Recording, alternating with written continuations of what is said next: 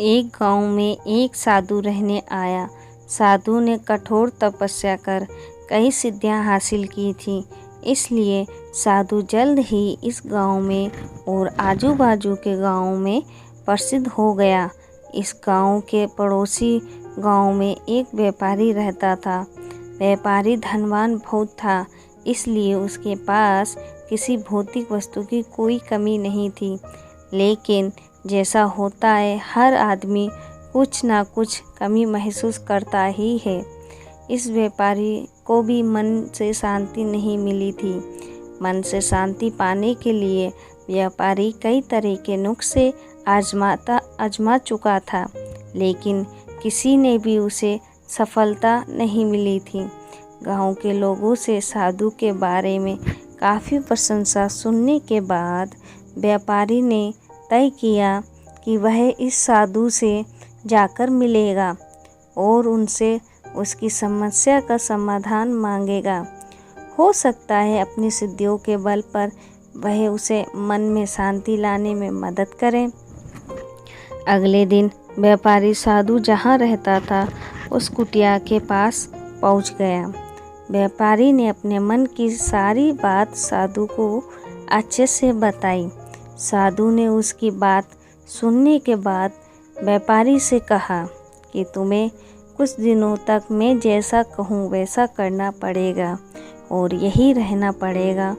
व्यापारी किसी भी तरह मन की शांति पाना चाहता था, इसलिए वह तैयार हो गया। अगले दिन साधु ने व्यापारी से कहा कि आज के दिन तुम बाहर बैठोगे। साधु ने व्यापारी को एक जगह बताई जहाँ उसे बैठाना था। सूरज चढ़ते ही तेज धूप सेठ पर पड़ने लगी। सेठ ये देखकर हैरान था कि साधु खुद कुटिया के अंदर छाया में बैठा है और उसे धूप में बिठा रखा है। व्यापारी को काफ़ी गुस्सा आया, लेकिन वह किसी तरह अपने गुस्से को पी गया। अगले दिन साधु ने व्यापारी को फिर से उसी जगह बैठाया और इस दिन उसे खाना नहीं मिलेगा, यह भी बताया। व्यापारी को समझ नहीं आ रहा था कि ऐसा वह क्यों कर रहा है। साधु दोपहर को भूखे व्यापारी के सामने बैठकर ही अच्छा भोजन खाने लगा। जैसे तैसे व्यापारी ने पूरा दिन तो बिता दिया, लेकिन भूख और गुस्से के मारे व्यापारी को पूरी रात नींद नहीं आई। वह पूरी रात यही सोचता रहा कि आखिरकार उसके साथ ऐसा व्यवहार क्यों कर रहे हैं। उसे लगा कि साधु उसकी समस्या का हल बताना ही नहीं चाहता, इसलिए ऐसा कर रहा होगा। इसलिए सुबह उठते ही उसने अपना सामान लिया और वहाँ से जाने की तैयारी की। व्यापारी को जाता हुआ देखकर साधु ने उसे रोका और अपने पास बुलाया। साधु ने पूछा कि वह क्यों वापस जा रहे हो। व्यापारी ने कहा कि वह जो पाने के लिए यहाँ आया था वह उसे मिला ही नहीं, इसलिए उसका यहाँ रहना पर व्यर्थ है।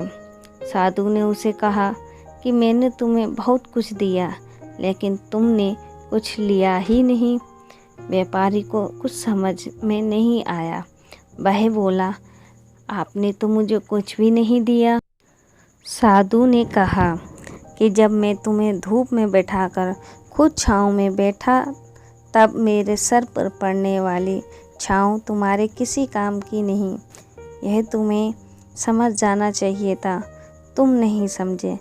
तब मैंने तुम्हें भूखा रखकर और तुम्हारे सामने अच्छा भोजन खाया, फिर भी तुम नहीं समझे कि मेरा खाना खाने से तुम्हारा पेट नहीं भरेगा।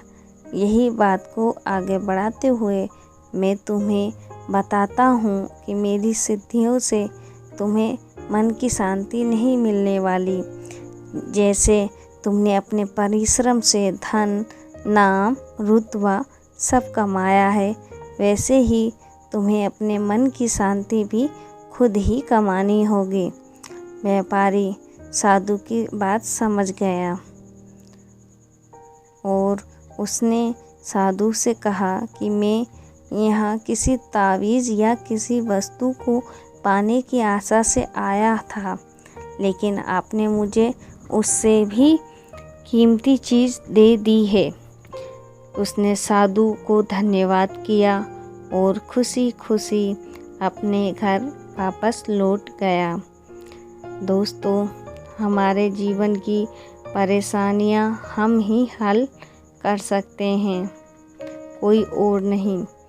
हाँ, किसी और से हम उन्हें हल करने का रास्ता ज़रूर जान सकते हैं, लेकिन कोई और व्यक्ति उन्हें हमारे लिए कभी हल नहीं कर सकता।